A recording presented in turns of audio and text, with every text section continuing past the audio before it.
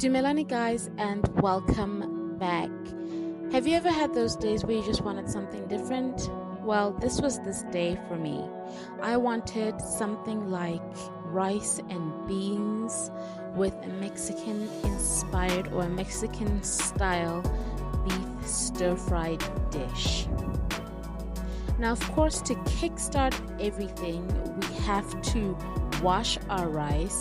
I had already cooked the beans earlier for about 20 minutes. They're just normal brown beans, not haricot beans, guys, not them ones, but just ordinary brown beans that soften and cook very easily and quickly.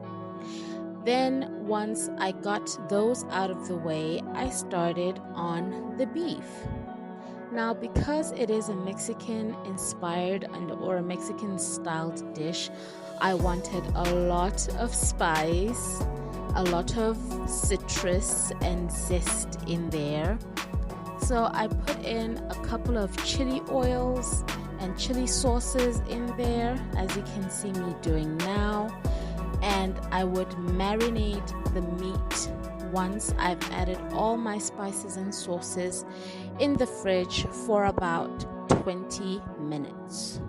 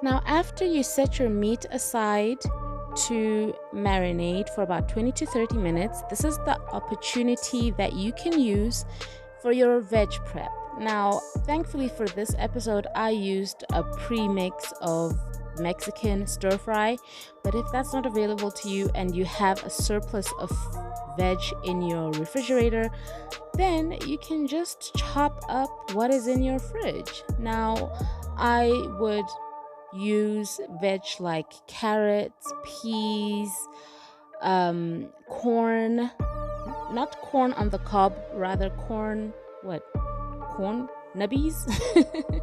The little corn nubs, them things, okay? The kernels, okay? I would use the corn kernels and maybe some green sprouts. Whatever it is that you want to add into this beef stir fry, because it is going to really add that amazing flavor and depth to your beef stir fry once you get to cooking. Now, as you can see, I've already started adding in my onions. I didn't want too many onions today because I didn't want them to overwhelm the dish. Once I'm done with the onions, then I add the meat that was marinating in the fridge, and I add some tomato and onion relish as well, and also some tomato paste, which was not in the shot, but it was added. Then I had a little sample and I needed to add a little more spices, and my go-to once the meat is in the pot is to always add a stock cube. I love chicken stock cubes or beef curry stock cubes. I think they add that nice hearty flavor that is needed in a meal, in a dish like this. Then I added some of the remaining beans that I had cooked earlier.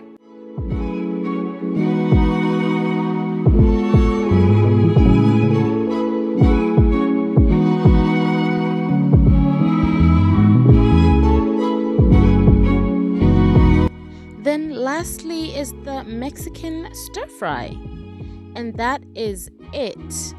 Literally, like I said, you can chop up your own veg if you believe you've got the time or the resources to do so. On this day, this was what was in our freezer, so I decided to use what's already there instead of chopping up a whole bunch of fresh veg. So I used the Mexican stir fry, threw it in there, and it well incorporated everything together. While this is also happening, the rice and beans is also cooking on the side, and it is important at this point, when it's 10 minutes before serving time, to always just fluff up the rice in preparation of serving. Then once I'm done mixing everything, I cover the pot and leave it to simmer for about 10 minutes, and then I plate up after that. Thank you so much for watching the entirety of this video. I am so grateful for your viewership. Please, if you like this content, make sure to like and subscribe. Till next time.